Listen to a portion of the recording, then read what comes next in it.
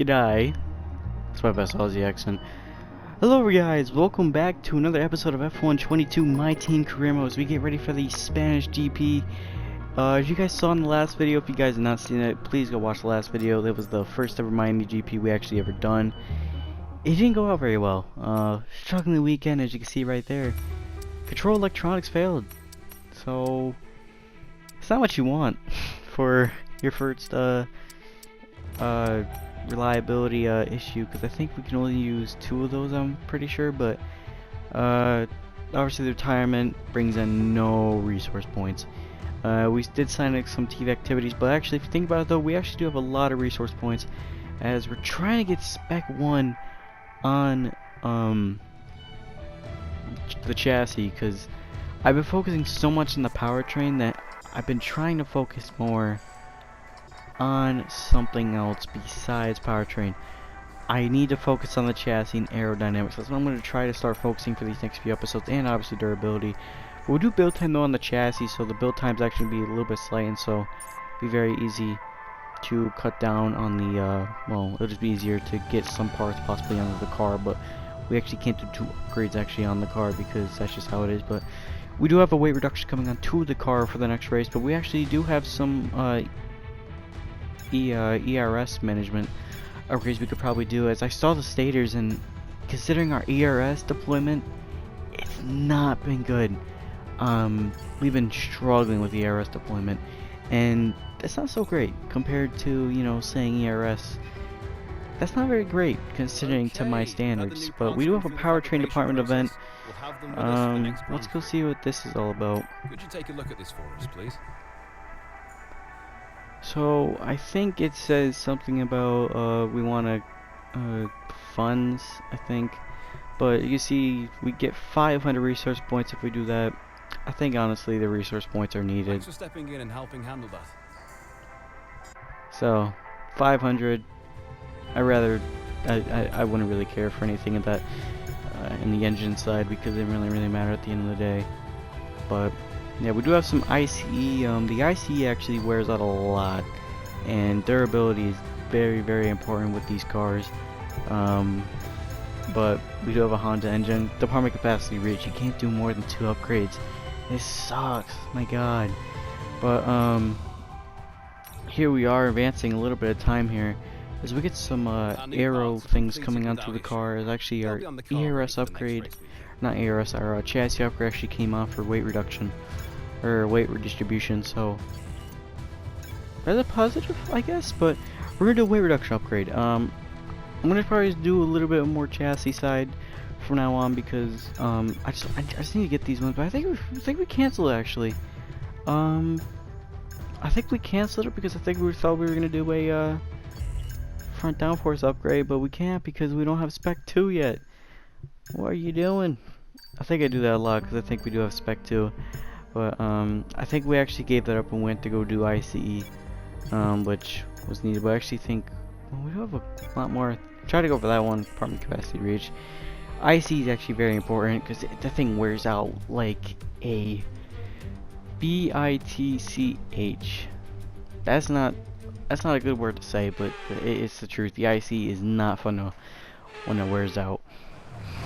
But here we go once again for the autocross event, and I actually think I switched cameras, and I think we went with cockpit cam, so we're gonna try cockpit cam again. I don't think we picked that one last time, but we're in the Aston Martin safety car. Well, not the actual safety car. I think we're in the just the regular car before the safety car. But obviously, you know, Spain, it got an update. This is one of the new tracks. Obviously, they got an update, so a lot more of the corners are more, you know, different. So down to turn 1, there's more, you know, sausage curbs, and you know, there's a lot less room for error this time, because originally the old Spain, there's 5 seconds for a new cone, it wasn't really great. A lot more errors you can make on this track. I think a notable one is, even when we did see the cars actually race on here, you actually saw that a lot of the cars, they, you know, you can see just how heavy they were in those corners. And to be honest with you, going in, when I actually did watch the Spain GP, I was watching some onboards, and You know, some cars, they're riding a little bit of the sausage curbs as we actually hit the cone there. I was watching Guedo's on board, and he was hitting the curbs fine, but of course, this is the F1 game, so I tried to pull him, and yeah, and look at this. Oh my god, we're gonna fail this, as we already did. Get 5 seconds. This turn's actually updated, but right here, this is where the consequences start. That sausage curb is deadly. Do not touch that. And I think after this point, we just gave up. We just did not care. We're gonna fail this. Oh my god, more cones hit. We're just hitting every cone. We're still trying to make an effort. It's a 2-minute time. Oh my god. Get off the course, Riley. You failed. Don't even bother continuing. Oh my god. But this corner up here, this actually got the update. No more of that poopy Sector 3. But poopy Sector 3 is still there. Going through those stupid chicanes. So, zooming in, we're the worst team now. Basically, we're the worst team. We're losing time to Aston Martin. This is not good for us. Going in the FP1, we're going P10 on a soft tire run. I won't lie, guys. This car around this track fit pretty well. Even though it was a soft tire run, Oscar 2.9 seconds off the pace. We're actually 1.7 off, so I won't lie, cars actually feeling a little bit okay around here. These upgrades that were coming on to Miami, we really couldn't show the potential, but different circuit, show more potential. Going to FP2, we get P4, but 1.2 seconds off the pace. We're actually 1 second off. Obviously, Leclerc was on a soft tire run, but we're ahead of the Haas, so we're ahead of both McLarens. Oscar going 17 on a soft tire run.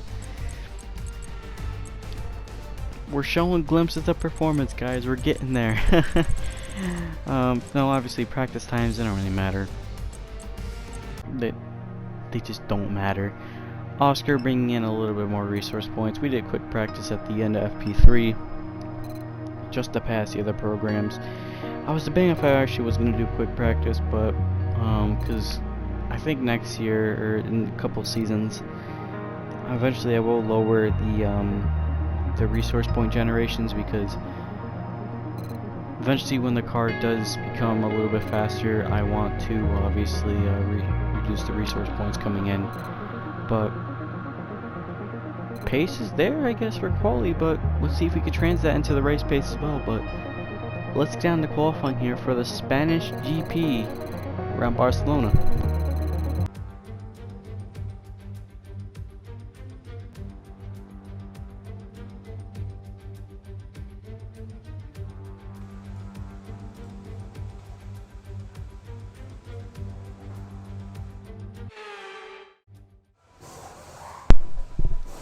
Qualifying here for the Spanish GP around Barcelona, the updated Barcelona.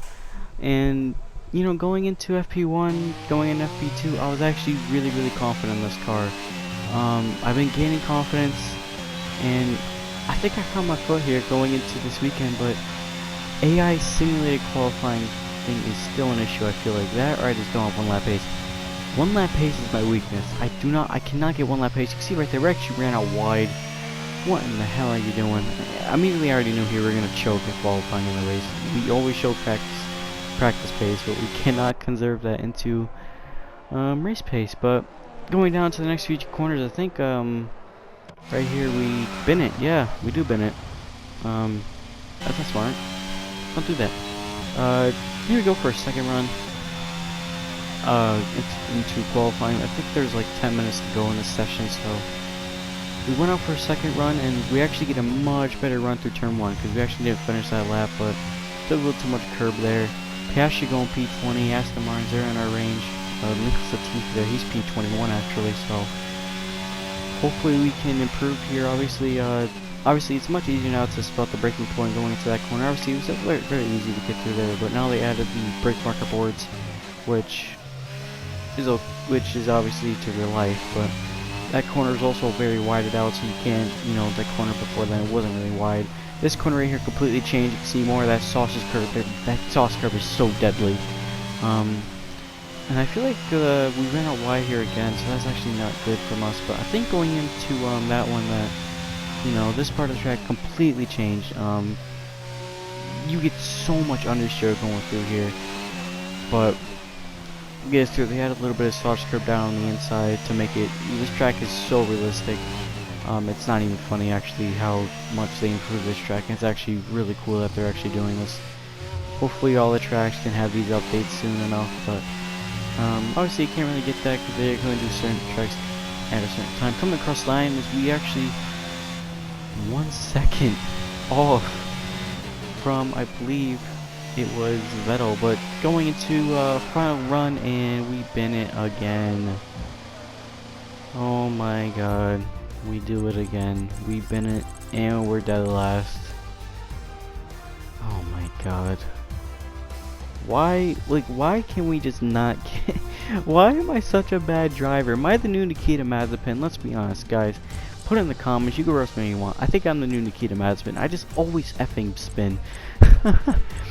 P20, not good. Or P22. Oscar getting P20, so quality was a disaster. Let's see if the race is any better.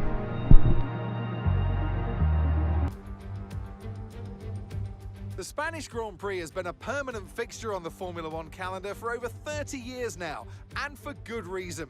Do you remember Michael Schumacher's absolute dominance here in that rain-soaked Grand Prix in 1996? That day he took his first ever victory for Ferrari, and we've had many more iconic moments since. The Circuit de Barcelona-Catalunya, a track that will certainly force the drivers to push themselves. It consists of a very impressive main straight going into turn 1. It's a straight that also offers a DRS zone, so it's likely to be a hotspot for overtakes. Before we begin, let's take a quick look at the grid lineup for today's race. A fantastic effort from Charles Leclerc yesterday, and it's put him on pole. And the smooth operator Carlos Sainz completes the front row. Looking down the rest of the grid, we have Verstappen, Russell, and Sir Lewis Hamilton, and Perez, Bottas, Fernando Alonso, Norris, and Esteban Ocon, Magnussen, Mick Schumacher, Daniel Ricciardo, and Joe, Tsunoda, Albon, Pierre Gasly, and Lance Stroll, Vettel, Oscar Piastri, Latifi, and the owner driver. With preparations almost complete, let's head down to the track. It's race day yet again, and joining me for a chat is Natalie Pinkham. Now, our racers are certainly in for a rough day today. What will you be watching for as they go down into turn 1? Well, the start of the race is always one of the most nerve-wracking parts. You have to hope that everyone is able to get a clean start. And this is possibly the trickiest part of the entire race. So many drivers in such a small space. And finding your braking point into turn 1 as well. It's testament to the driver's skill that there aren't more incidents.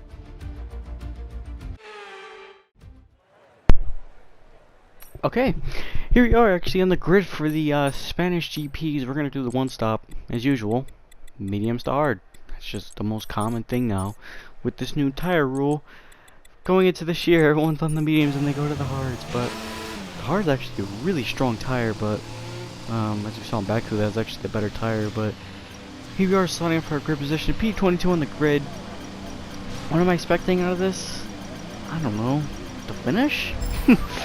I guess, because I don't know. I guess I'd like to be ahead of Oscar into this race. Here we go. 5 red lights on ahead of us, and we are now underway for the Spanish GP.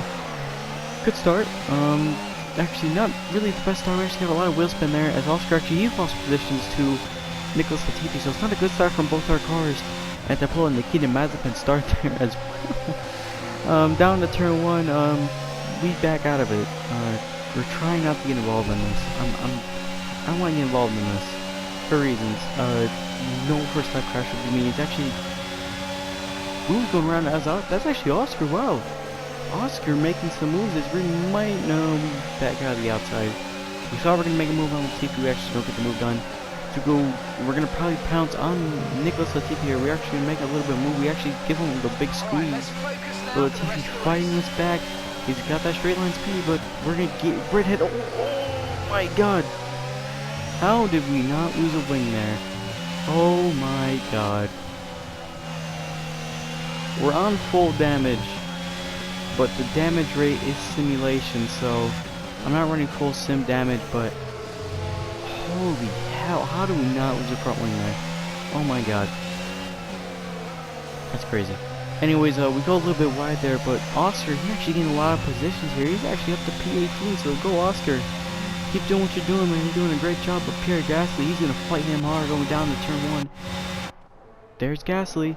They go around the outside, but Piastri just stays ahead. Honestly, W for Piastri, as now he's going to be in this train, but he actually lost a little bit of touch there to the front drivers, but he's actually getting the time back. I think that's Sebastian Vettel. And this is, we actually clipped a little bit of the inside grass, so we actually ran a little bit wide there, but, you know, it's not a bad start actually for us. I mean, okay, I know we're ahead of Nick Latifi, so that's not good considering how Latifi's been this season. But actually, I think that's Piastri and Vettel, they were going at it, but I mean, to be fair, we actually are sticking up with these guys, but the problem with Spain is that it's hard to overtake. It's really hard. There's really no good overtaking spots. Yeah, the front stretch is like, you know, down the pit straight. That's the best front stretch pit straight. That's the only best. You know, going down the back stretch, it's not very strong either. Right here, you cannot. I mean, it's that hairpin there. It makes, you know, it's a little bit easier, but you still cannot pass there. It's just, Spain's such a hard track to pass. So a lot of DRS trains you're gonna expect during this race, considering too, obviously our car is not fast in a straight line. So when everyone's got DRS, the train just continues. But we're actually close a little bit of time here on the back of Lance Stroll, so we can actually try to a little bit make him a move. But we don't actually pounce on Stroll. We actually lay back, but we're gonna try to pounce on him going through as we go through the next few corners here. As obviously, and we're gonna hit that curve, and whoa! Well, there goes our shot of points today. We bin it. Oh my god. We actually did it. We hit the sausage curb and we lost it. The one curb, I swear to god, I did not hit it in any practice section. I didn't hit it in qualifying. When I get to the race, I hit it. Oh my god, what in the hell, Riley? Come on. Oh, so unlucky. But that's kind of my fault. I was pushing a little too much. Pay the price now around this new Spain circuit. Oh my god. And after that, the car, it just didn't feel the same. 12 seconds off, immediately barring flashbacks. That's not what you want. That's really not good, considering it's lap 5. It wasn't even, we're not even at lap 10, and oh, once again, we ride the curb, and once you ride the curb, you even lose more time. This is just, it's just been a shit, oh, sorry for the curse word, it's just been a difficult,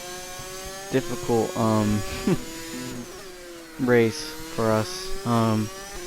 We're losing time, obviously, as well, so at this point, I was considering if I want to retire, and honestly, it's lap 7, if we touch the curve a little bit again, you just can't put your tire over that curve, you're just going to lose time. But thinking about it, there could be a safety car. Safety car could be our savior, but considering how the cars ahead, the faster cars like the Ferraris, the Red Bulls, the Mercedes, they're so much quicker than us, and they might actually get to us probably before we make our first pit stop. So if we even do get lapped, there's actually Carlos Sainz. I think he actually came into the pit. I think he got front wing damage, so unlucky for Sainz in his home GP as well. Gonna make it difficult to pass. I think Ricardo, I think he pitted as well, but Leclerc is now the fast lap. Ricardo Schumacher pits as well, so they're 5 seconds ahead of us, but it doesn't make a difference considering to, you know, whereas actually fast forward a lot of time here because there's really no point in showing, you know, after that, which is kind of just us being by ourselves. But Leclerc out of the race, and look at this, another engine failure for this man. He cannot catch a break in real life and in Spain. Spain without the S for Leclerc. We're now coming to the pits now for our first pit stop here on lap 16. We actually fast forward a lot of time here, but we were losing time a lot of time, and I was really not like mediums there. I feel like they were done after I spun. I mean, it was just so hard to drive after the car. There's no floor damage, which also was kind of weird because there's no floor damage. But here we go for the pit stop, and they're having problems getting the wheel on. Oh no! A 5-second pit stop. Things you love to see. Oh, almost wheel spin there. Oh my god, this has just been a disaster of a weekend. Bad to worse. Spain without the S. Pain. Cold Hards. Honestly, at this point, there's really no point in continuing. I wasn't confident we're gonna get a safety car either, but there's still hope out there if we're gonna get that safety car. So don't be down on yourselves, guys. We could still possibly do something about it. But no, I mean, I had so much confidence going into this weekend, and when we hit the race, we just don't have race pace. It's just my crap driving. I think I'm the new Nikita Mazepin. I think I am. I'm dead serious. I legit think I'm the new Nikita Mazepin compared to how I've been driving this season. So Max Verstappen, he's actually getting a lot of time on us. So we're possibly gonna get lapped again, and I think we've been lapped in. No, I think we've been lapped in every race actually, because we got lapped in all of the 4 races. Oh no, I guess we did crash out of Australia, so we actually didn't get lapped, but we actually did fail. We probably would have been lapped in Miami, but you know, this season it's been us playing the rules to getting a blue flag every race, which is not also smart on you, considering, you know, getting a blue flag, it hurts for me because it just shows proof that I know it's faster cars, but when you get a blue flag from even your teammate, I got the blue flags I think in Imola, that hurt. But we let Verstappen go through. He's obviously the much faster car. Yellow flags, that was just me, but coming off this exit here, and whoa. There's a new strategy available on the MFT. Yeah, I think that's it. I think that's it for our race. Caution, the virtual Yeah, safety car's VSC just been deployed, we're a lap Build down. debris on the track. That's it. I think we call it quits here, guys. We retire. Spain out, yes. I think 400th time. Well, that was fun while it lasted. They've done it then. A spectacular victory here in Spain and a massive confidence boost going into the next race.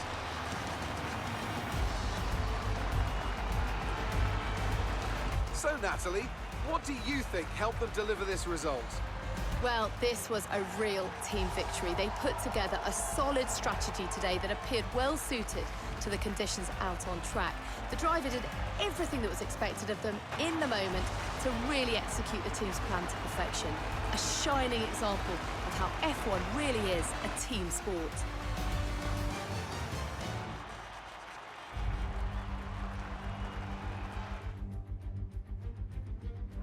Red Bull put up an outstanding fight for the front position today, and it's great to see it paid off for them. They do so much for the sport that you can't help but be delighted by today's race win.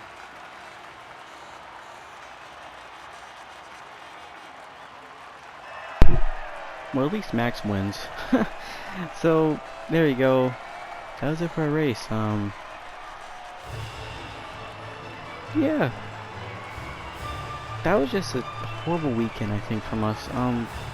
We could have improved. I mean, we had so much confidence, and we just, once again, I'm the Mazepin. I just do not show anything in the race. I cannot do anything to save my life. Yeah, I guess you could say I was a little bit unlucky, but I should have been more cautious going through that corner, you know. You can obviously, hit the curb, don't get me wrong, you can actually use a little bit of the curb, but you cannot get your wheels above that Oscar curb because you actually lose a lot of time. As Oscar, he actually finished P16, I think it said, so it's time to check out the constructors' standings. he finished a minute behind. Further ahead in the standings, it's Red Bull. Yeah, so W for Leclerc, not W for Leclerc, W for Oscar, I guess, considering to where our car is, but we're dead last in the championship again, Oscar dead last as well. with more Formula One. We just need to put upgrades on this car. We could try the upgrades and clearly didn't work. Max Verstappen now takes lead of the championship. Max Verstappen with Red Bull Racing and Red Bull as well with Sergio Perez, 50 points ahead of the Constructors' Championship. So good efforts from Red Bull. And that's actually also your P18. So I mean, it's just been a rough ride these past couple of weeks. I think we just don't have confidence, and I had confidence in this weekend. I just don't have it. This car's been a pain to drive, and it's showing right here. So yeah, hopefully the next few years can come up. I'm really excited for Baku because that's actually one of my best circuits. So I guess I'm waiting for that, but we actually got Monaco to go through. So for the next one, we're gonna be at Monaco. So a track we're gonna struggle at as well. So many corners. But thank you guys for watching this video of my team. Hope you guys have an amazing day, and I will see you guys in Monaco for the next race. Bye bye.